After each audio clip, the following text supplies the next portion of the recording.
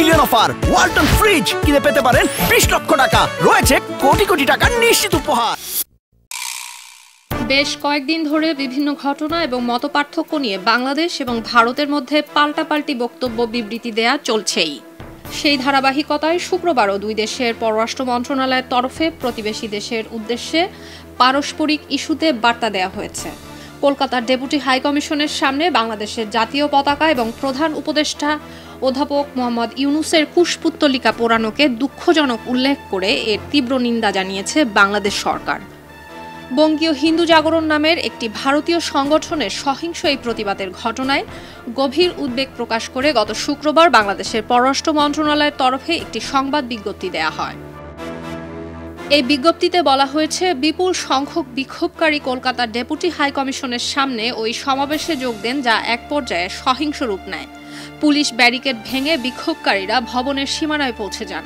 তারা বাংলাদেশের জাতীয় পতাকায় অগ্নিসংযোগ করেন এবং প্রধান উপদেষ্টার কুশপুত্তলিকা পোড়ান। তবে বর্তমানে পরিস্থিতি নিয়ন্ত্রণে থাকলেও সেখানে নিযুক্ত বাংলাদেশি ডেপুটি হাইকমিশনের সবার মধ্যে এক ধরনের নিরাপত্তাহীনতা কাজ করছে বলেও জানানো হয়েছে। ভবিষ্যতে এই ধরনের ঘটনা প্রতিরোধে প্রয়োজনীয় ব্যবস্থা নিতে ভারত সরকারের প্রতি আহ্বান জানিয়েছে বাংলাদেশ সরকার।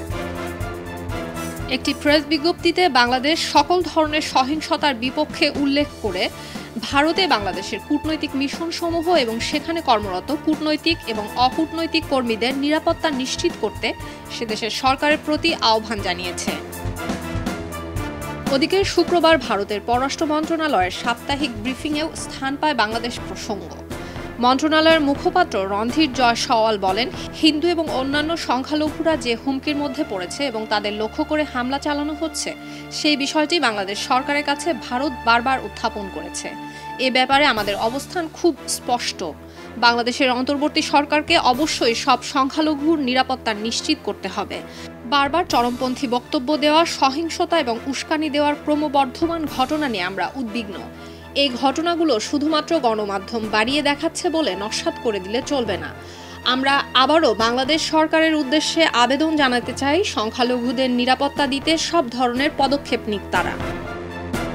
তাছাড়া ইসকন নিয়ে এক প্রশ্নের জবাব দিতে গিয়ে পররাষ্ট্র মুখপাত্র রণধীর জয়সওয়াল বলেন, বিশ্বজুড়ে সুপরিচিত সংগঠন হিসেবেই আমরা ইসকনকে দেখি, যাদের সমাজসেবা করার একটি শক্তপোক্ত রেকর্ড রয়েছে।